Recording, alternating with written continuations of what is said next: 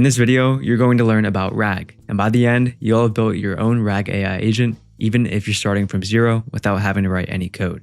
I'm going to explain everything you need to know as simply as I can. We'll walk through the build step by step, and you're going to be surprised at how much more simple this really is than you think. So let's not waste time and jump right into the video. Firstly, what does RAG even stand for? Retrieval-Augmented Generation. Normally, an AI agent would answer your question based on only the data it was trained on, and that's why RAG is so important. It lets the AI models access and reason over external knowledge in real time so they can give accurate, up-to-date, and context-specific answers without needing to be retrained. The best way to think about it is if someone asked you a question like where is the next World Cup and you don't know, you'd probably Google it first, or maybe you'd check the newspaper or ask a friend. That's basically what RAG lets AI do. Think of these options, Google, a newspaper, a friend, as different knowledge sources or databases. With RAG, you get to decide which of these your AI agent can access. So where do these data stores live and how can the agents access them? Well, there are a few options for RAG, but when you're working with a lot of data, a vector database is one of the best choices. So how does it work? Think of a vector database like a giant 3D map where every piece of data, a sentence, a document, even an image, is turned into a point in space based on its meaning. Similar ideas end up closer together, like how bananas and pears are near each other in this diagram. That's how AI can instantly find the most relevant context when you ask a question. There are two things we need to do in order to make this vector database work for us. First, we'll set up an automation that uploads our data to the vector database. This is where we embed the data, turning it into these points you see on the graph. Then we'll create an AI agent that can access this database and embed any new questions you ask it so it can instantly find and pull back the most relevant information. Here's a visualization of the automation that uploads our data to the vector database. We take our PDF document with the content gets chunked, and each of these chunks is what's related to the points in our 3D vector map. Each chunk will be embedded by running them through an embeddings model, and today we'll use OpenAI for that. This embeddings model will take the chunked content and spit out a number which represents where in the 3D graph the point should be vectorized. So you can imagine in this case, this first chunk of content is about fruit and it gets vectored here. The second chunk of content is about boats, so it gets vectored here. And this third one is about sports, so it gets vectored here. And here is a visualization of an AI agent that uses this vector database for RAG. I know there's a lot going on, but just follow my mouse as I go through it. We'll have a chat area for sending messages to our AI agent that's powered by an OpenAI model like GPT-5, so we can ask it questions about anything related to the data in our vector database. In this example, we're asking it, where is the World Cup happening next year? The agent has access to this embeddings model tool, and it knows to optimize the query we sent it by stripping out certain words or determining a specific date, like 2026, for example. And so it sends a World Cup location 2026 to the embeddings model tool. And just like this embeddings model tool up here, it'll generate a number that represents where in the 3D graph the point should be vectorized depending on what the content is. It determines it should be here, which is right around where the other vectors are that have to do with sports. It gathers those closest vectors and their content and then sends them back to the AI agent. So things like World Cup 2026, football games data, imagine this content coming from these nearby vectors, and so now the AI agent can take that content and give us an accurate answer to our question. We'll be building our RAG vector upload automation and our AI agent in a software called n8n, which is a free platform that lets us build AI-powered automation workflows with drag and drop no-code elements. It's super easy to learn, and here is what the final product will look like. Up top, we have our upload automation. It downloads our PDF from Google Drive. It'll chunk, embed, and download it in the vector database in Pinecone. So I'll show you how to set all that up in a bit. Then we have our AI agent down here. We can chat with it, and it's powered by the OpenAI chat model and has access to this vector database Pinecone tool and the same embeddings node as the upload automation. So based on our chat query, it'll grab the embedded content from our vector database and use the AI to give us an accurate answer. Before we start building, I just want to mention a couple things. One, you see in this example, we're using a PDF downloaded from our Google Drive, but you could really use any data source, like data from Airtable, Google Sheets, or even Gmail. You could hook up a Gmail trigger node, so anytime you receive an email, it'll automatically get chunked, embedded, and uploaded. to your vector database. 2, today we're using Pinecone as our vector database service, but there's various other vector database providers. You could even host one locally on your computer using QGrant. We're using Pinecone today because 1, it's got a generous free tier, and 2, I think it's pretty easy to set up. This leads me into the next part, which is going over the tools you'll need today. So firstly, Pinecone. I'll walk you through setting up your account. 2 is OpenAI, and later in the video, I'll show you how to get your API key. And 3 is n8n. This will allow us to build these automations with no code, and you can download this and use it for free on your computer using Docker. I'll link the tutorial here for that. Anyway, let's get straight into setting this up. We'll start out with a Pinecone account. Go to pinecone.io and sign up. And then once you're in, you're going to go to databases, and here are all of the indexes. You can think of these as your individual vector databases. Now, you probably don't have any here yet, so to create your first one, click Create Index. Before I do that, I just want to show you how much usage you get with the free tier. So I'll click this little info icon down here. Your starter plan includes 2 GB storage, 1 million read units and 2 million write units per month, 5 serverless indexes, 100 namespaces. So that's awesome, and that'll be more than enough for our example today. So I'll click Create Index, and we'll give it a name that's related to our data. So in our example today, we're actually going to be uploading a PDF that's 150 pages all about national parks. So let's name this National Park. And then as for the configuration, you'll scroll over and choose Text Embedding 3 Small. Now you're free to choose whatever one you prefer. This just has to line up with the one you use in n8n. So if I click on the embeddings node in n8n here, you can see that we're using Text Embedding 3 Small. Okay, so I'll touch more on that later. Then you can leave the rest as is for now and click Create Index. And just like that, we've got our vector database ready to go. Now let's build the automation for uploading the PDF. In n8n, create a brand new workflow.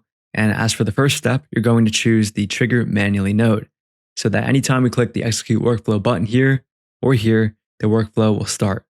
And any nodes after this node are going to be executed one by one. So for the next node, we're going to choose the Google Drive node so that we can download our PDF from Google Drive. So search for Download File, choose that. And here we need to connect our credential. I have a video on how to do this. I'll link here. Then this file field here will show you a list of all of the files in your Google Drive.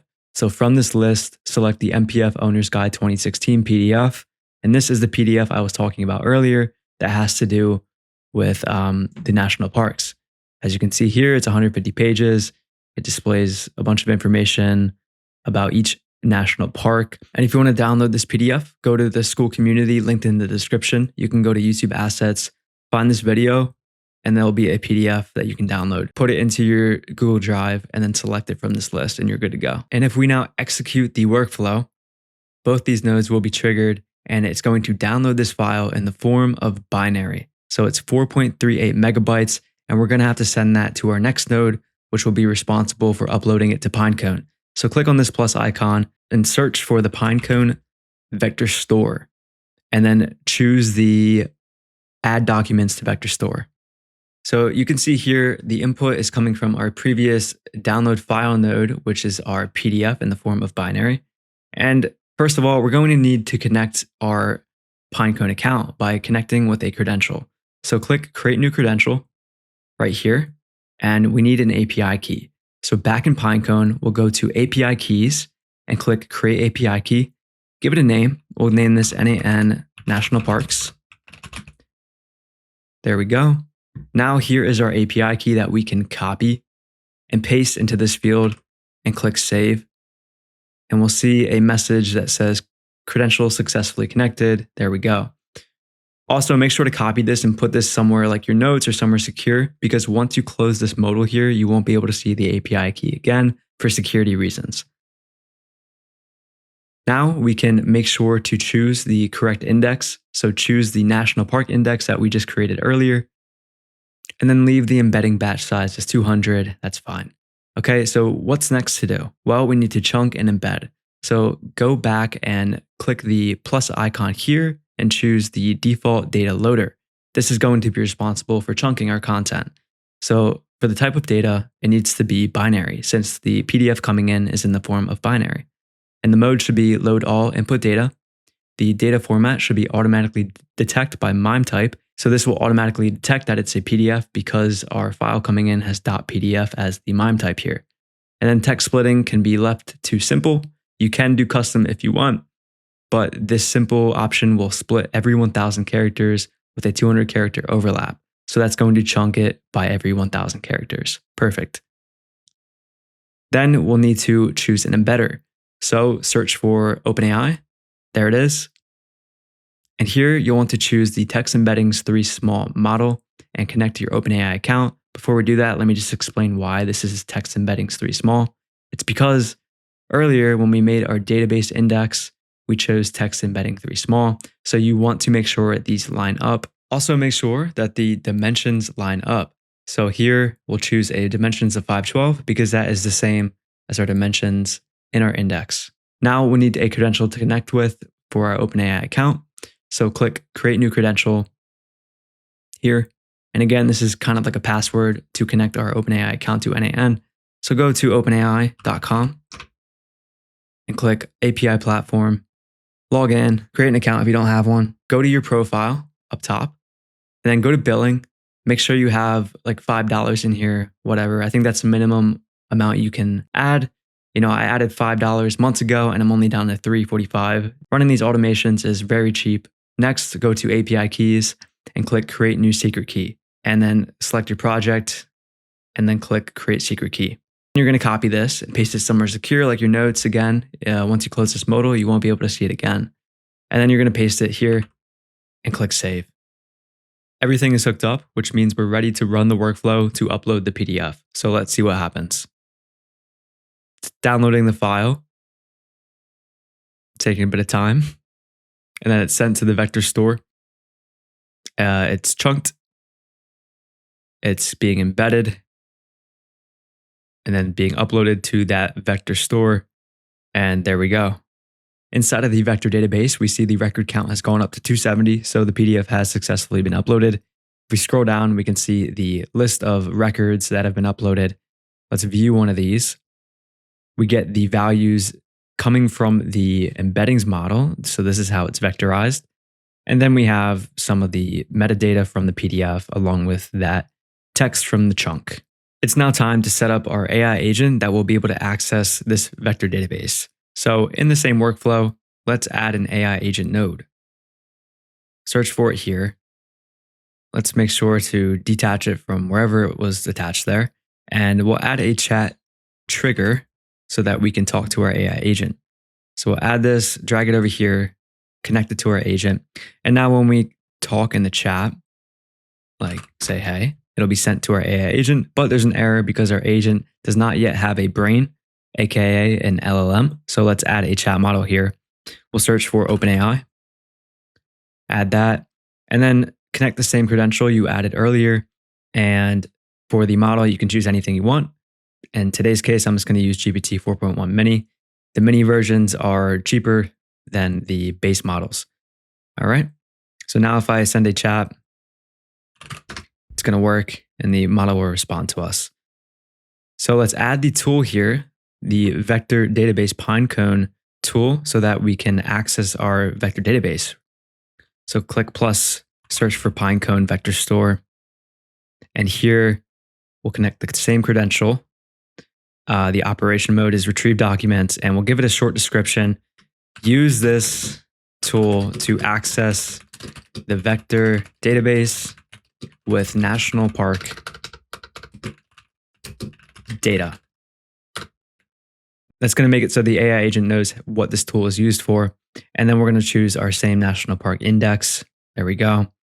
And this number here, limit 4, is the number of top results to fetch from vector store. Like I mentioned earlier when I was showing the diagram, when we embed this query in the embedding model, it's going to land somewhere near other vectors in the vector database. And so it's going to choose the top 4 vectors that are closest to it. If I increase this to 10, then it would choose the top 10 vectors closest to it, right?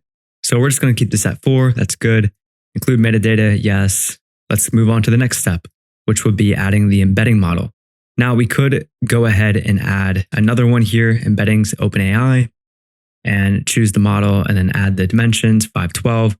But since we already have a node here that has the exact configuration we need, we're just going to connect it to that one like so. Let's just move things around a bit so it looks a bit better. There we go. Before we test, we're just going to do one more thing, which isn't completely necessary for this example, but we're going to add some memory so that the agent can remember like what we're talking about during our short conversation. We'll keep the context window length to 5. And for the sake of testing this RAG functionality, let's add a system prompt here telling the agent to only use the data from the vector database. So I said only use the data from the vector database, no general knowledge. Let's open up the chat and ask our first question, which park is known for its geysers? The agent's thinking it's sending a query to the vector store, which is embedded, and then results are sent back to the agent. Yellowstone National Park is known for its geysers. The park features famous geysers such as Old Faithful, as well as other geothermal features like Mud Volcano and Black Dragon's Cauldron. Awesome. So let's look at what exactly happened during that flow. First of all, our simple memory is checked and nothing is found. Then our OpenAI chat model goes off with our query, and it decides to send a query to the Pinecone vector store, park known for geysers. This is then embedded, and our response from the Pinecone vector store are these vectors here with a bunch of text. And that's sent directly back to the OpenAI chat model, which then curates this response based on this text here. Okay, let's ask one more question. I'm going to ask, what national parks can brown bears be found in? And for this one, I'm actually going to up the limit to 10. And we'll send this off.